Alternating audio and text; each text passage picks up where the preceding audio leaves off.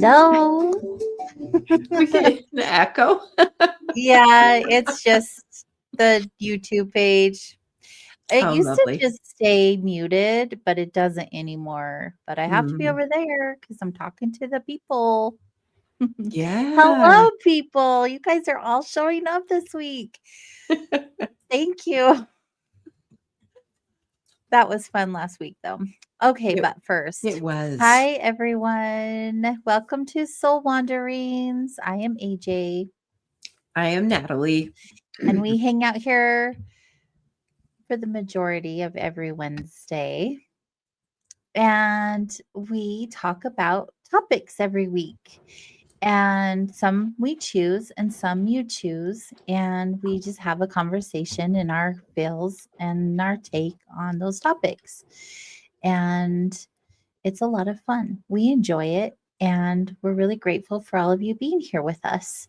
You can learn more about me and Natalie at soulwanderings.com.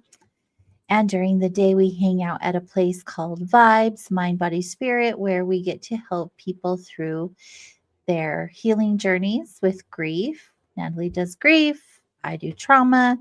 We have a bunch of other practitioners here that are amazing, and we do a lot of fantastical healing work, and it's just good stuff. So, if you are new to us, welcome. If you have a show topic, email us, connect at soulwanderings.com. And tonight we are going to be talking about meaning making. And this was a Natalie topic. And I understand the concept, but I've never heard of meaning making. And when I started diving into it, I'm like, oh, this is actually a thing. I thought Natalie was just getting creative with words, but it's actually a thing, especially in the grief and dying world. Mhm. And And the I trauma. yeah, well, yeah, but I was the what I was reading and witnessing, I was like, there are so many times I've heard meaning making, thinking that people were just putting the words together, not understanding that it's actual like an idea, a concept, or whatever, Mhm. um, a study, a belief, a practice. It's a lot of things, but Skill set. what does it mean? According to Natalie, she says meaning making is a skill that needs to be developed, and it takes some wisdom to look at life and see what it has for you instead of ruminating on what life has done to you. And through my interpretation of everything, with meaning making, I look at it as a process where we interpret like information that the world presents us and the experiences that we're given. So it involves like exploring different like spirituality, beliefs, systems, or any other.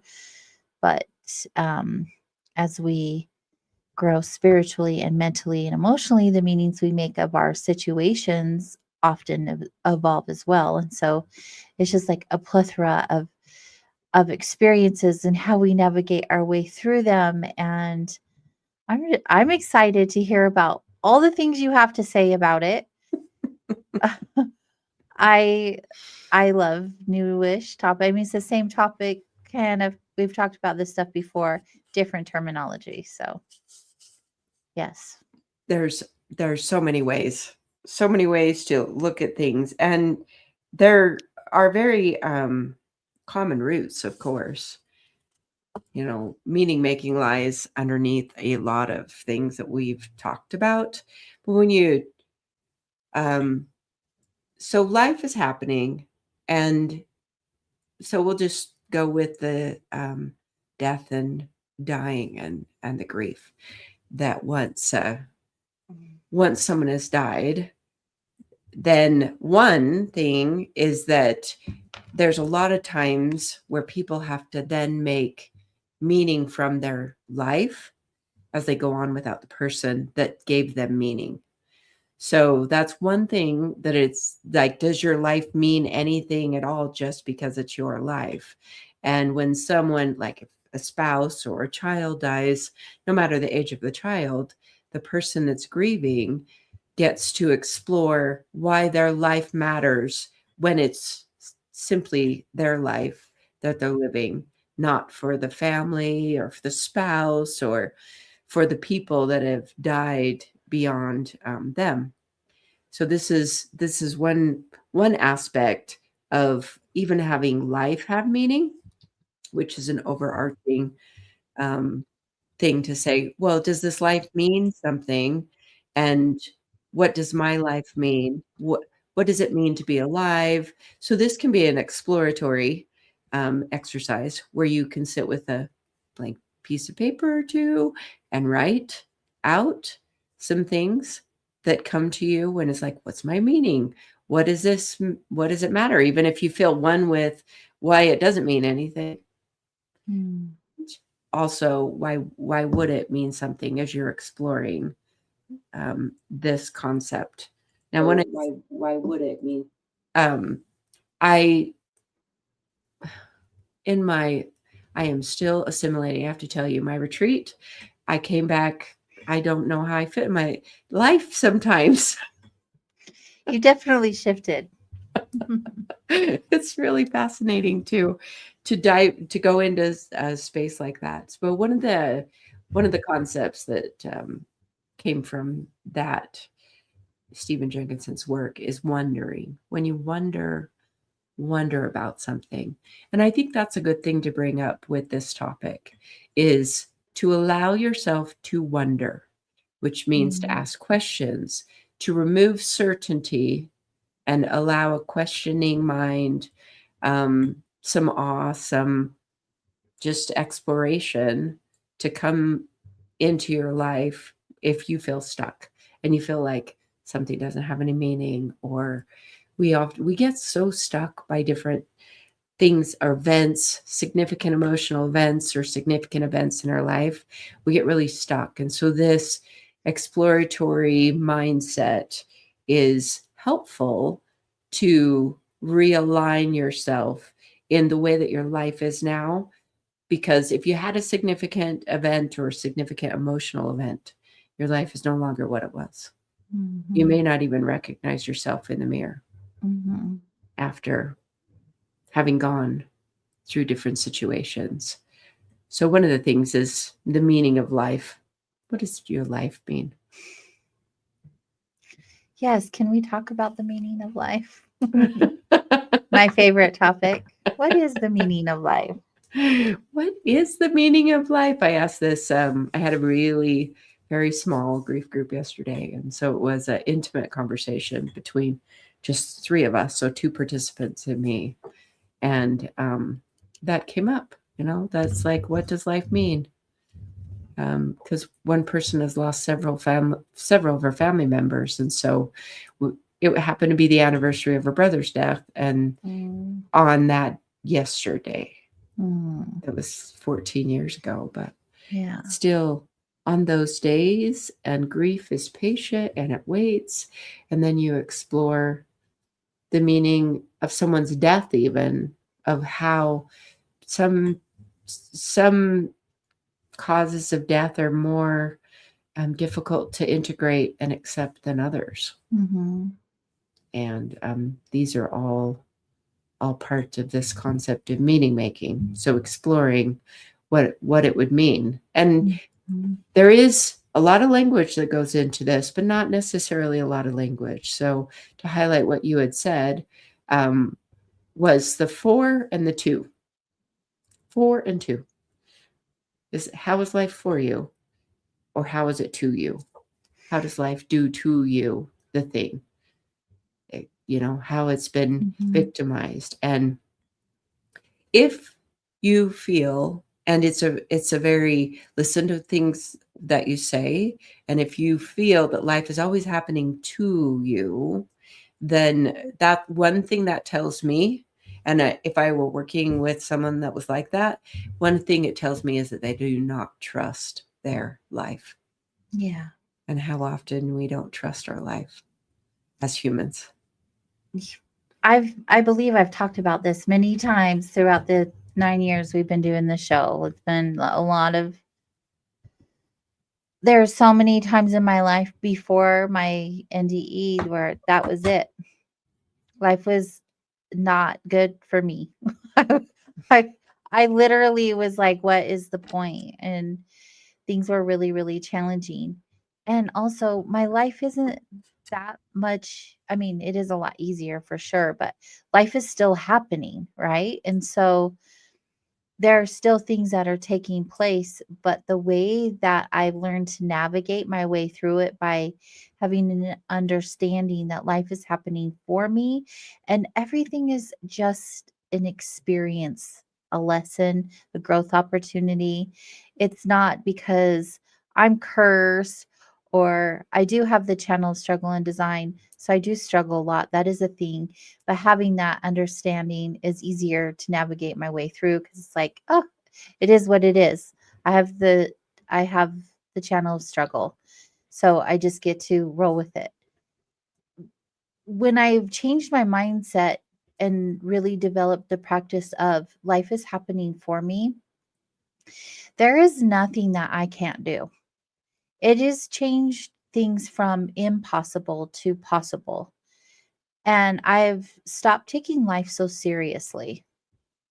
We are so good at being everything is so serious and everything is so urgent and everything is so important. And the reality is like nothing really has true meaning but the meaning we give to it.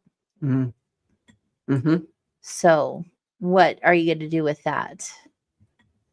And I love the concept of meaning making in that regards. Like we get to create the life, right? We get to Mm-hmm. develop the practices in which make our life run smoother, or we can navigate our way through the heavier times with a different mindset. And I'm just really grateful that we get to do that. And also, when you look at it in the form of like grief and death and loss of any kind, I feel like that's a more challenging um, thing to wrap around in your mind. Like it's easier to, so for an example, like we can be really good at like being bad to ourselves, right? So many of us are not nice to ourselves. Right. And we can accept that, but we can't accept being mean to someone else. Why would we be mean to someone else? We would never say that to anyone else. Mm. And I feel like it's the same thing. Like we put so much emphasis on others and what they are to us and the importance of them in our lives that when they are gone, we really focus on like their meaning to us and what that loss feels like, what that void is like in our lives. And we don't do the same for ourselves. When we can apply this concept to everything in our lives, not just the death and dying, the grief and loss process. Mm-hmm. Like everything has meaning that you give to it. And there are so many things you can put down and walk away from.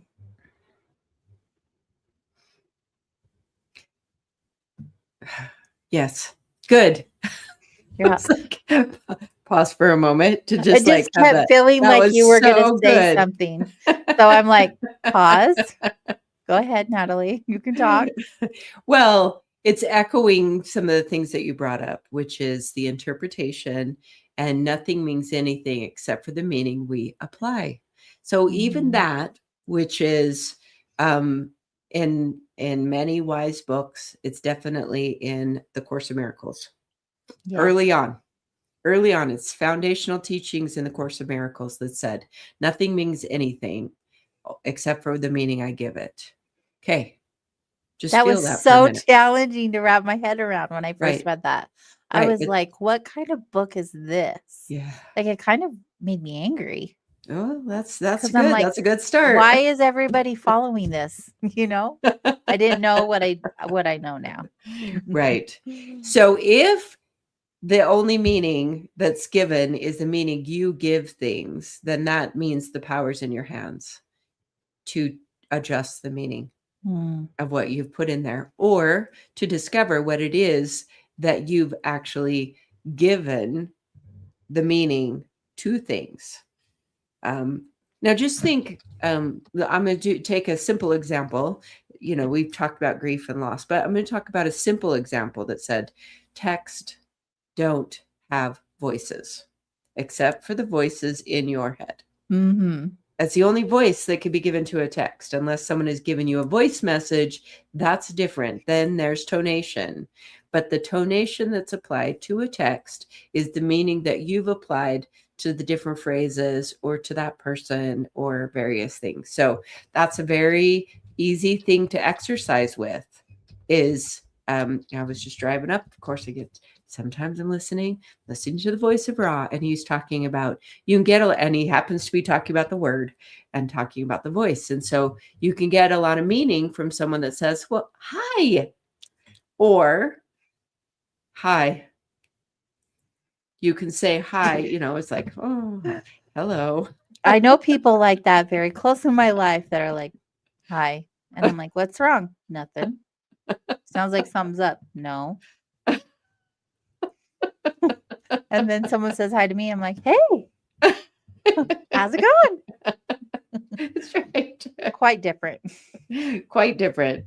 So there's lots of things behind that. Can be the, where the voice comes from, lots of different things. But to really allow to take the responsibility. Now here's a big R word.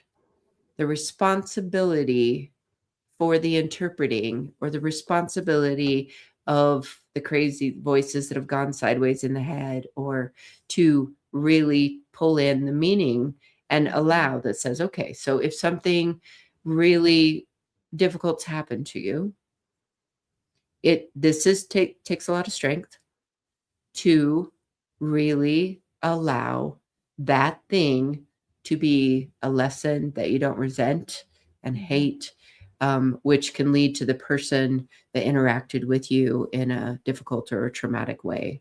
Mm-hmm. So integrating what happens in your life, an event that has happened. It happened. So you can't change the things that occur in the life. And I do find that a lot of people will argue with life, but it shouldn't have happened. And then you get in this trap. So if that shouldn't have happened, then your mind goes loop, loop, loop, loop, loop, loop around trying to find the loophole of how we can make that thing not happen that did happen. It's a sort of madness that we can get into. And then we want to adjust people's behavior, because obviously if that wasn't supposed to happen, then we need to work on preventing things from happening again. And that means controlling your behavior, their behavior, all those kind of things, which inevitably goes sideways, because nobody really likes to be controlled. Mm-mm. And then the dictator never gets to sleep, because dictators of life have to always be awake and manage everything that's going along, and always dictating everything. And that is not even allowing for life to be life. And it's not even, we talked about this last week, the thing that's like, life is bigger than you or me or any of us. Life is bigger. Life is always happening. It's this very complex orchestration of way more than just one person going on all the time. So meaning making can really bring a lightness, enlightenment to heavy situations or difficult circumstances in your life. When you say, well, if it means something, and I can choose the meaning that I make it, including the negative meaning. I get to choose that too. You have the freedom. People have the freedom. You can have poopy pants if you want. That's fine.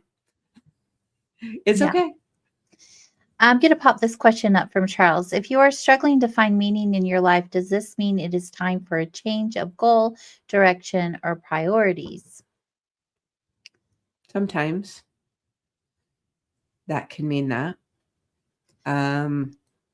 What I wanted to, my very first intuitive response was, generally it means that there is a change of frequency within your own body, because our point of attraction, which is our magnetic monopole in the human design system, is always attracting. Yes. And what comes to you in your life is an aspect and there because of the frequency that you're holding. Right. And I so, That's exactly how I was going to respond to that. I don't think it's like a course correction, right? Like you're not like, "Oh, pivot, let's go this way instead." Because you're still going to have experiences no matter what fork in the road, what direction mhm, you take. right. It really is.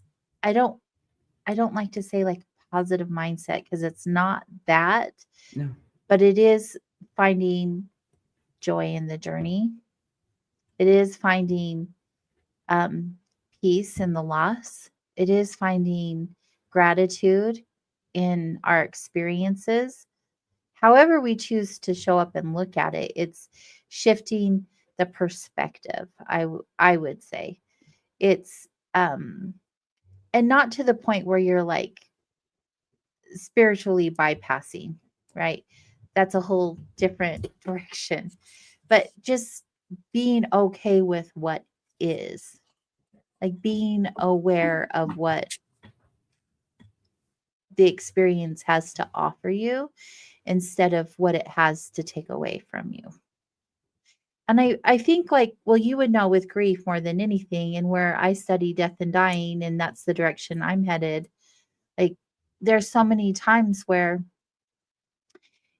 like on your end people are like it's not right that they died, they were so young, or it was so tragic, or whatever the experience may be. That's when the struggle is the hardest, right? Because they didn't live their full life, or it was unexpected and they weren't ready for that person to go. It was just not, didn't feel right. Right. Or on the other side of it, on my side of it, where we know the person is going to transition, and we want more time, and it's just not right and it's not fair, and what can we do to save this person, and what treatment can we give this person, and all of these factors come into place instead of acknowledging what is, and for a lack of better words, and this is not to sound insensitive, but to make the best of what you have in that situation. Mhm. And so how do you make the best of somebody, looking at death's door? Like, what would you do? You go make more memories with them, you spend more time with them, you hear about their life stories. You make all of those moments before then meaningful. You take the opportunity to really put energy into that. The transition is going to happen regardless. And if you look back and be like, I should have spent more time, I should have made that phone call, I should have reached out and helped more. I wish I would have gone to this event that they invited me to. You can do that all day long. And even spending all of that time and making that time together meaningful is still never going to be enough. But it's more pre than post. Mm. And I think it's like when you look at the whole journey from like just look at it experientially wise, right? We are having an experience. How do you dive into that experience and make the most of that experience? Good, bad, or indifferent. How do you make the most of that experience? And that's what this means to me, meaning making. How am I going to wake up today and live my best life? I had an experience a few days ago. I was rear-ended. Yay. Mhm.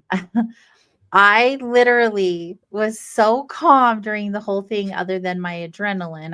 I had a physical reaction. And when I get adrenalized, sometimes my eyes leak.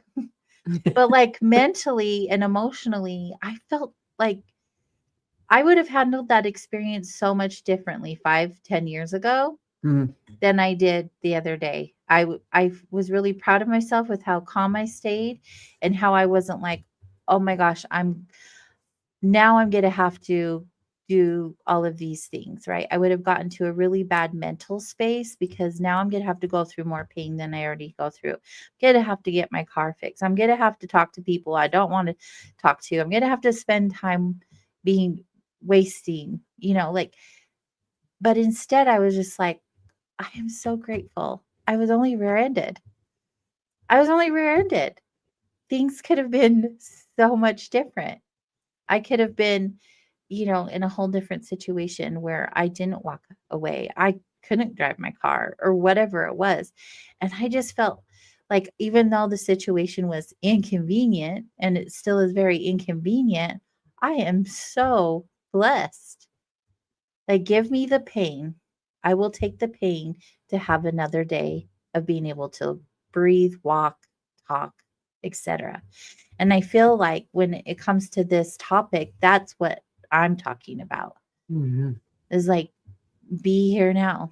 Be in this moment and make it matter. I agree with that.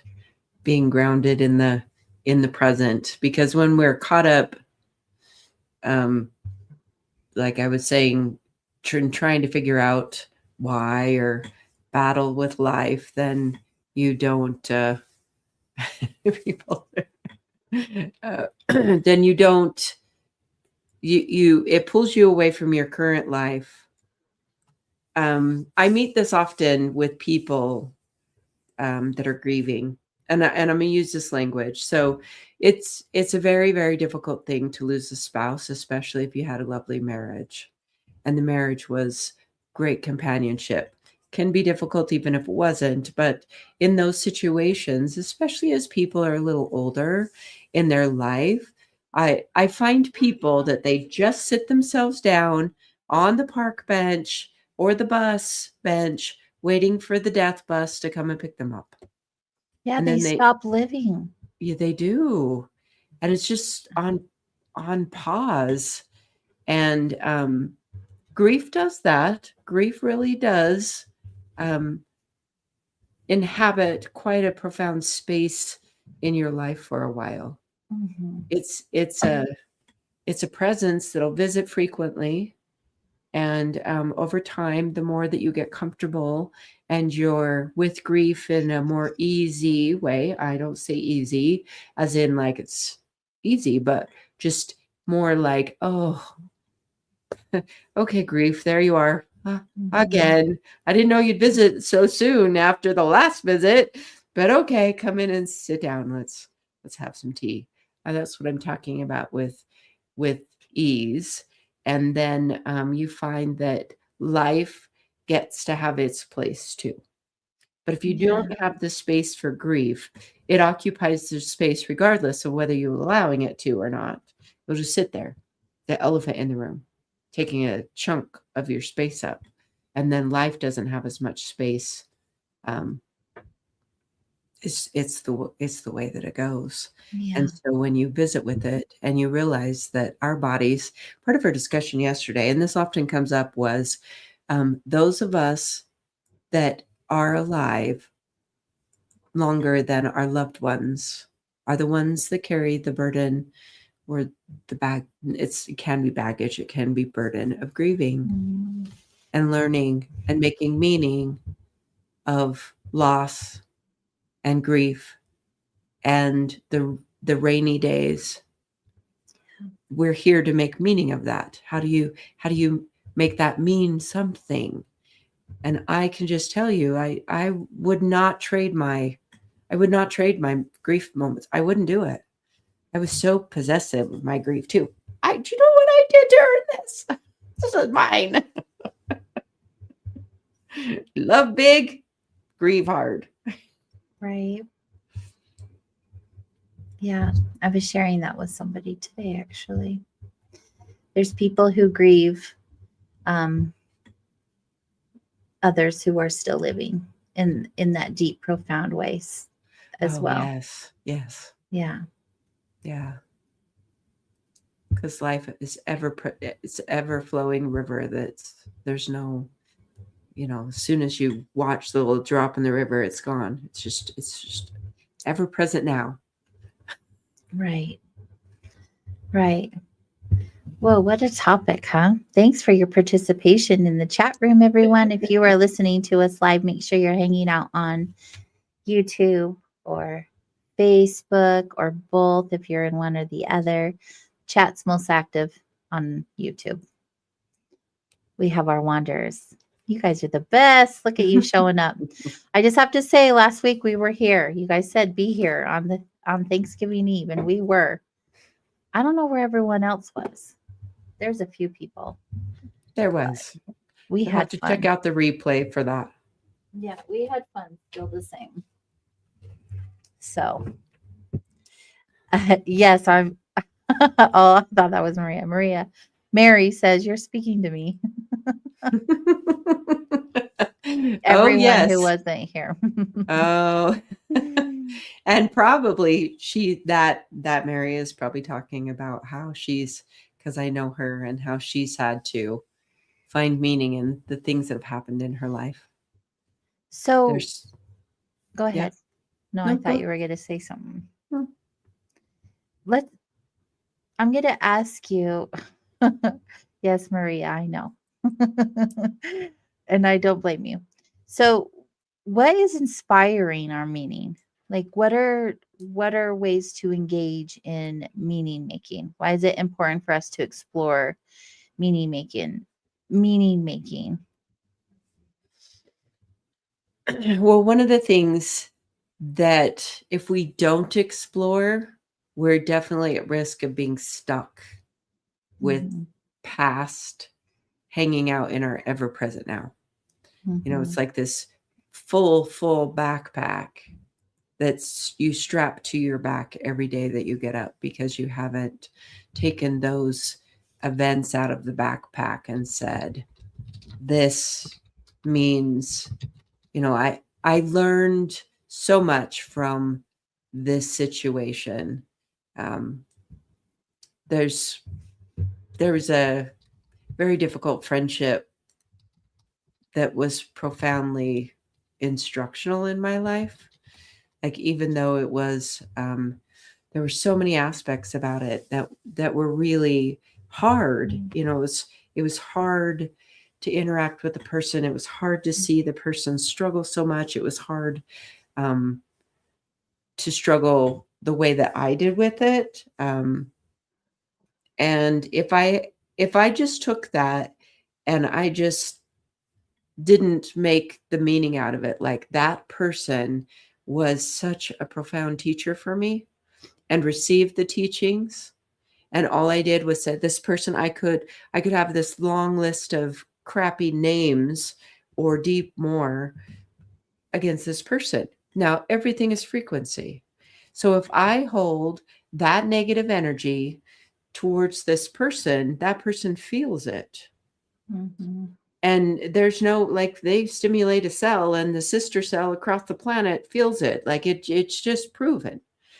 So one of the things about meaning making like that means cleaner energy between two people. Because if you think you're holding a grudge in your heart, and that is, I mean, I know some people that would probably love to have it torture and torment the other person. Mhm.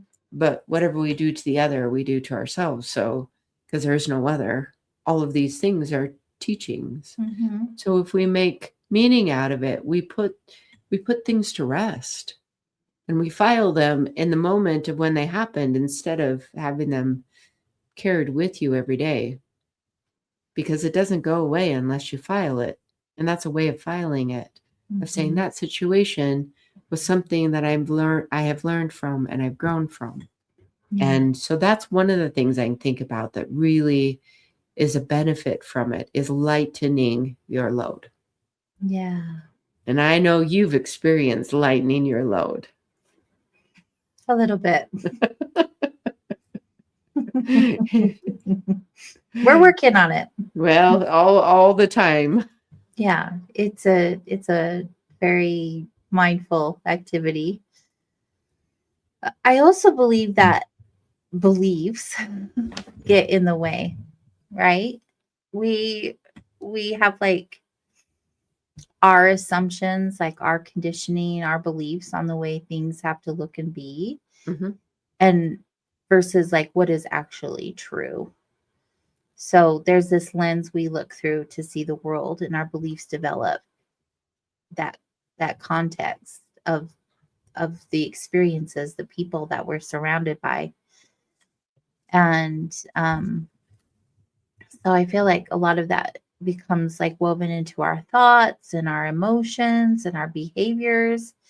and they just create such chaos that um, we don't understand that it's actually causing us more damage than good, Right. because we're just like, but that's how I believe, and that's how I was raised, and that's what I know to be true.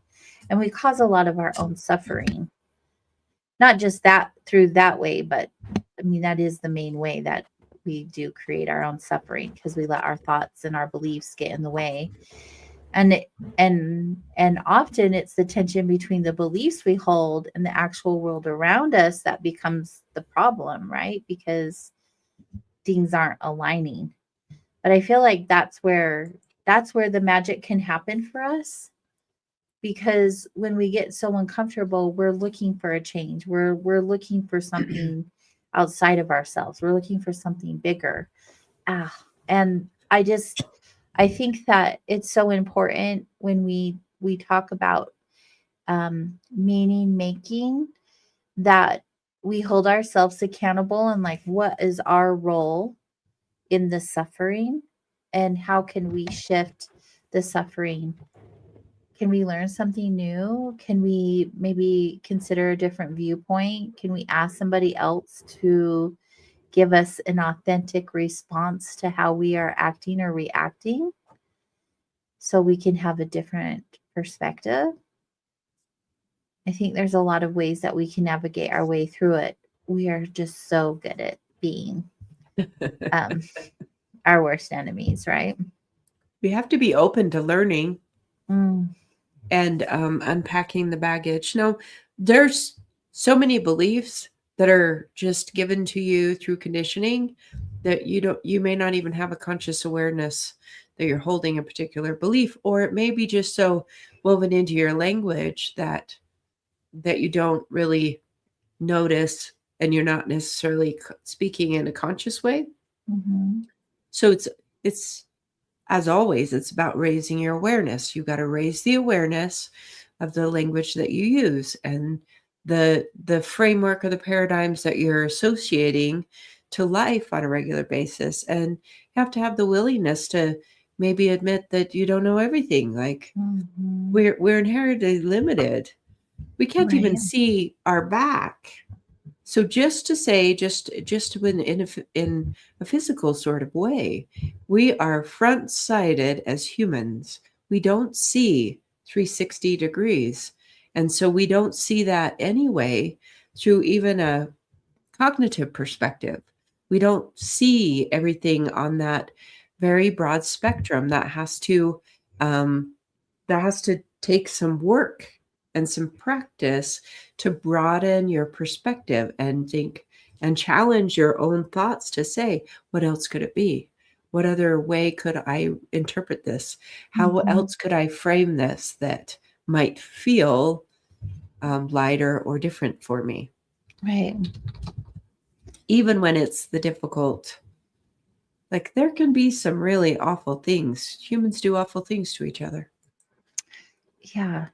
I don't And understand it, but yeah. I know. Thank goodness. Um, no, I just don't understand why we do that to each other, Right, right? It's just right. like, oh, it just feels so awful. I want to challenge the audience to type in chat wherever you're hanging out. What is something that you guys can put down?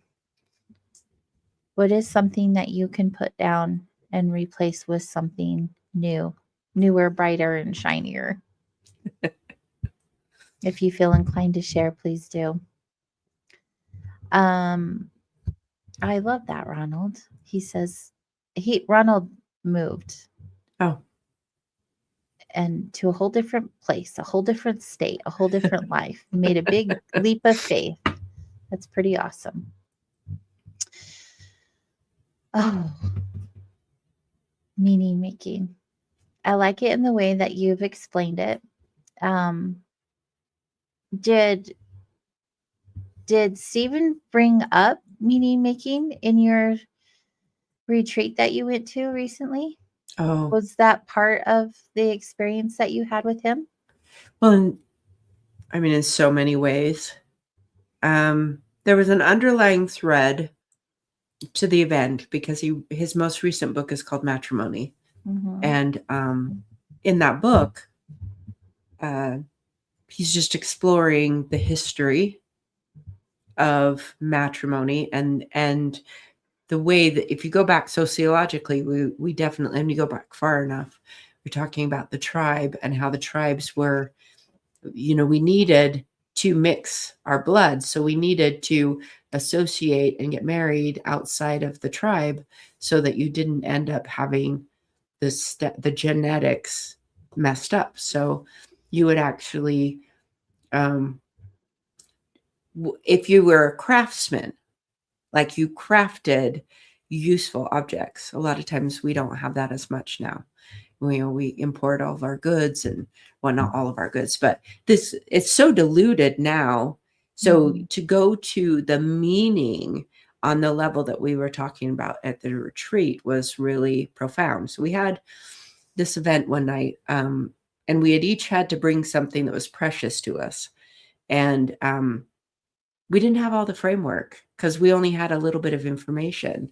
And if I'd known, I would have probably brought something different after I learned that, during these times you would exchange. So you would say, I have this very valuable thing.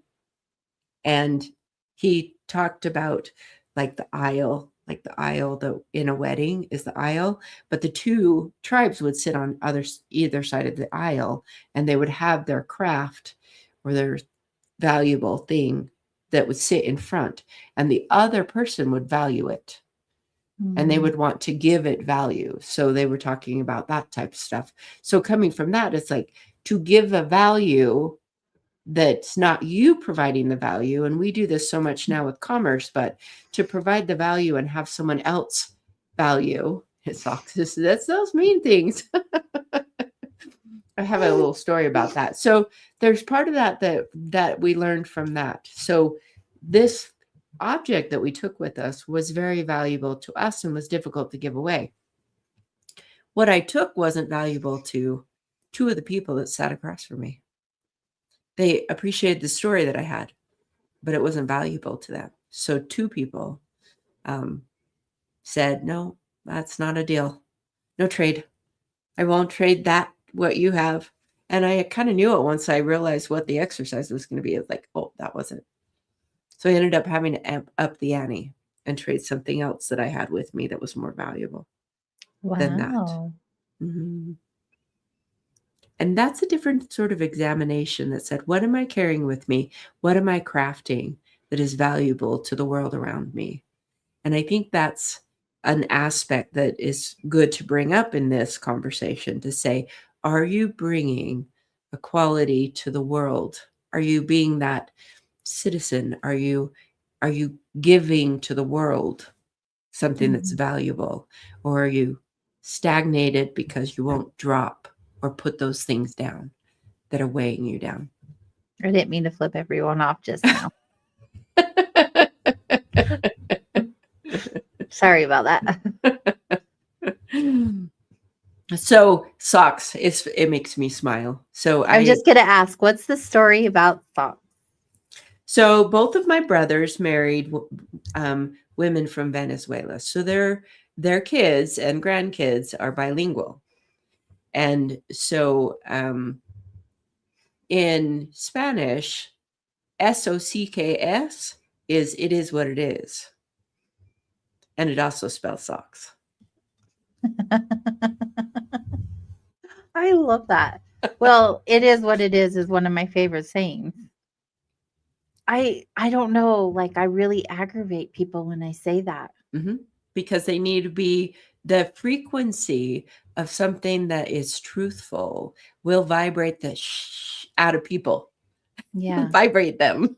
So when they get aggravated, then that means that there's something that needs to, the dissonance in there that's like, it is what it is. And people are like, I hate that.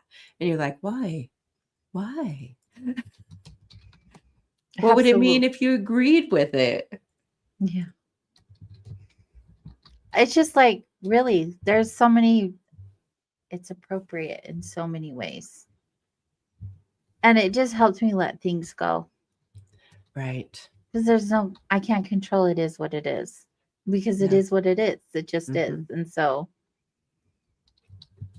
what do you do? I'd be curious from the listeners out there to say how does it serve you to hold on? How does it serve you to hold on to something so tightly and fight against life? How does it serve? I'm What's I I was going to say, well, what's one thing that you've held on to so tightly in your life? There, like you held on to that grief, but what's an example you could give where you just couldn't put it down? um hmm. Well, I just automatically go to my difficulty letting physical things go. Mm. So I was Yeah, moving some things I around in my resonate with house. that. Yeah. And I have this ottoman that is packed up with games. Throughout the decades in my life, I've had periods of time where we would have game nights in my life. Well, those people have died, so I don't have those game nights. So unpacking, pulling these games out of this ottoman to move things around in my house was sad Mhm. because Yeah, it isn't like that now. yeah. Um, that's not an aspect of my life currently. And so how do I let these things go? They're full of memories. Some of them are all the games that were played with this deck of cards or this pot of pennies. We used to play penny poker. It was so much fun. Laugh and play penny poker, but those were just not there. So that's difficult for me I to. completely relate with all of that. I think I'm that's an. literally paying someone. They came over on Monday, as a matter of fact, to help me start going through my basement. And they're like, can you get rid of this? I'm like, no. Well, why not? Because so and so gave it to me. Mhm. I'm just like, wow, I had to really do like an emotional checklist and like put a lot of things to the side so I could go through it and say, does this really need to stay with me? Does it spark joy, obligation, or whatever, right? A lot of it was obligation. Yeah. So it's And the so I was meaning. like, we can get rid of it. I've got to get rid of it. But it is so challenging. It is so challenging. And we can take this concept that we're talking about and apply it to those physical themes and say, it means something. This object means something because someone gave it to me. Mm-hmm. And that's a deep association in both you and I. Right. And so like the person matters, but the item doesn't matter. Right. So I ended up taking pictures of something so I could be like, oh, I remember that. But I don't have the physical item with me. Oh, that's. And I'm one day work. I'll delete it off my phone. Yes, Gingas, like hoarders. I am a craft junkie hoarder.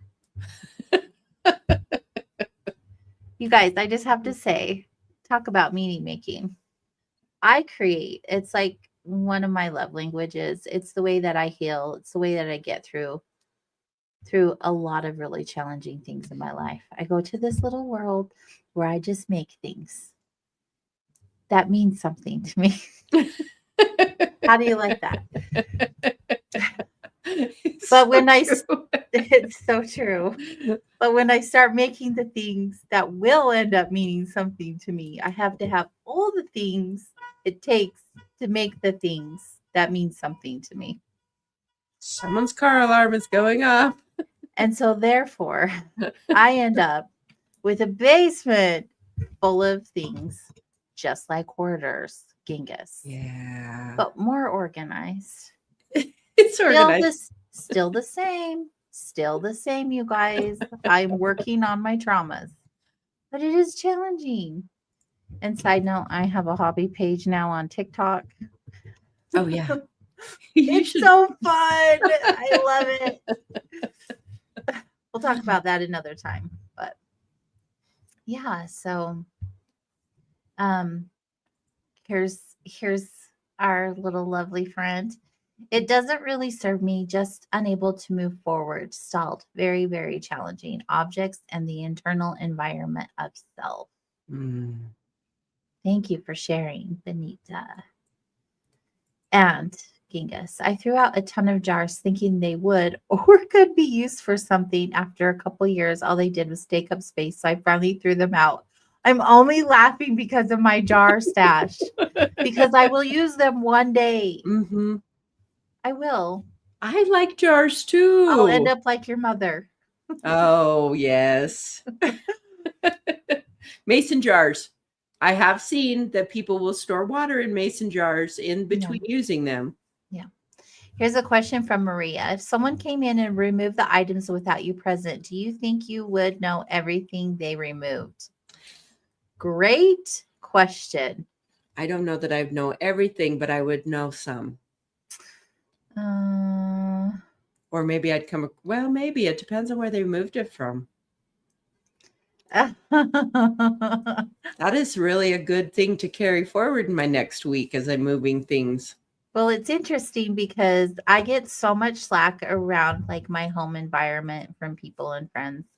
If they just move something, not even get rid of it, that I notice, like it's a joke. So people will just be like shifting things and I'll be coming in. Where did that go? Who touched this?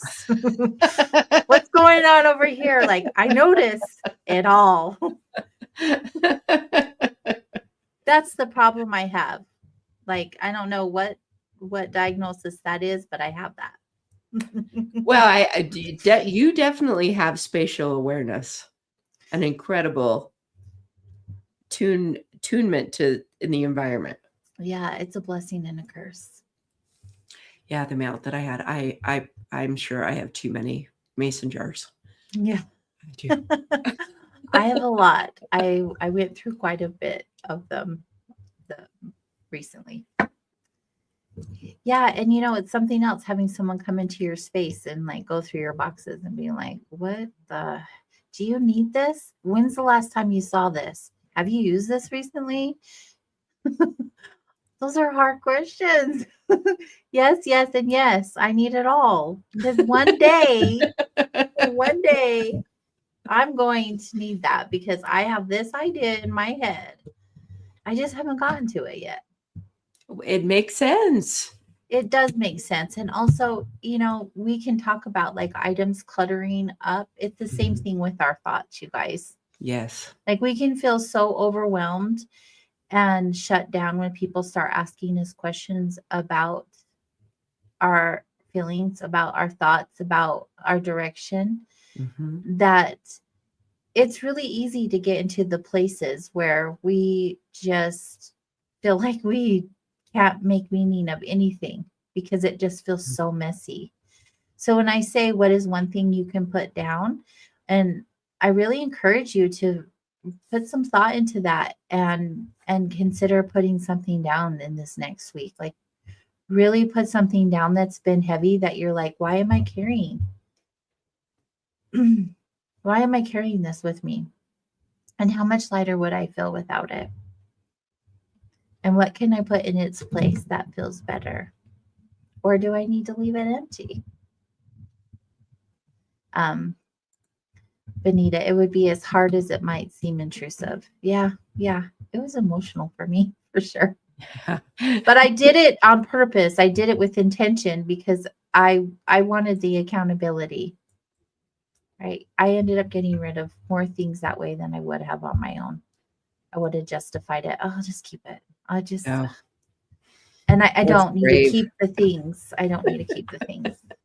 I know. And I picked a person. I was like, I know you won't judge me. So just be aware.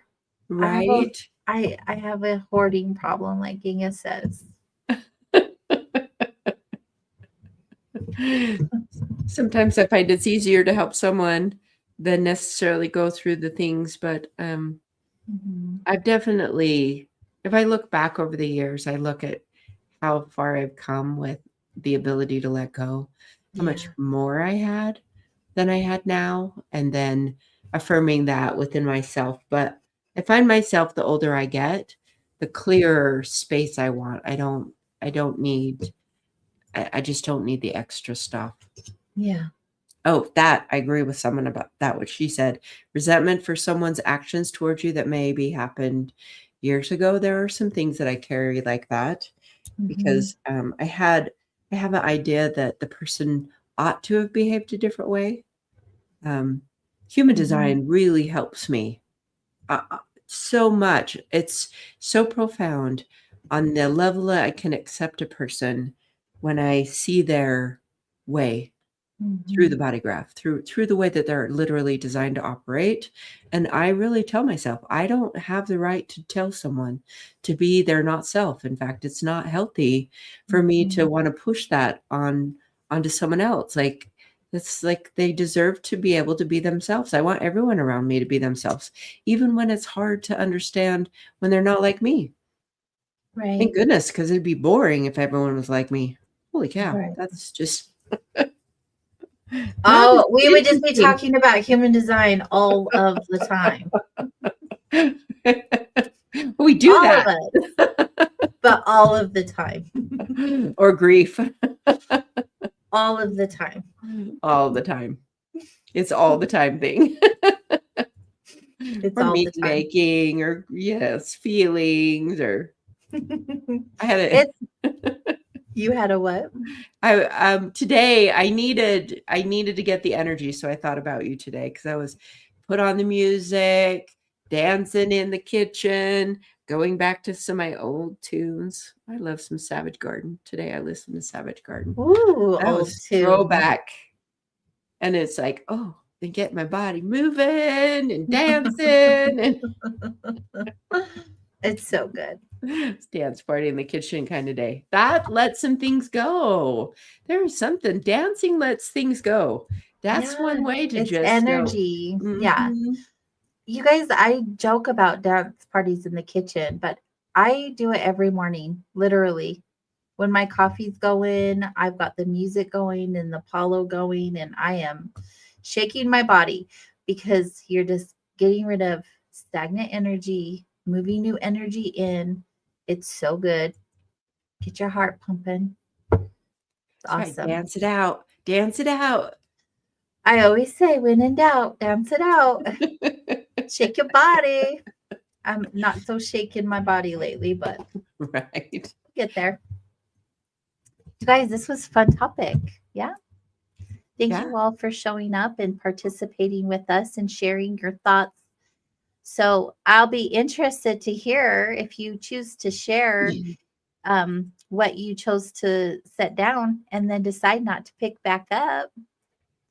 You can email us at connect@soulwanderings.com or join us for next week um, when we come back to our next show. Yeah, Dance Party USA. So just to give you guys a heads up, we have two more shows for the year. Next week and the week after, we will not be having a show on Christmas Eve or New Year's Eve. We assume everyone has plans. If it was anything like Thanksgiving Eve, we're just gonna No, yeah, Thanksgiving is kind of different, but yeah, yeah, definitely not Christmas Eve and New Year's Eve. So right. two more shows for 2025, and then we will come back to Soul Wanderings on January 7th. So join us for the next 2 weeks. If you have a show topic you want us to talk about to end off the year, you absolutely can send that to us and we will consider it for one of our topics. And if not, we always come up with them somehow, some way. But we do love to hear from you. So we'll see you guys next week and the week after. Ronald, we'll be here. Don't say goodbye yet. Come hang out with us the next 2 weeks. Right. Yes, yay. Okay, guys, we'll see you all next time. Thanks for being here. Have a good night. Have a great week. Have a good one. Okay, good night.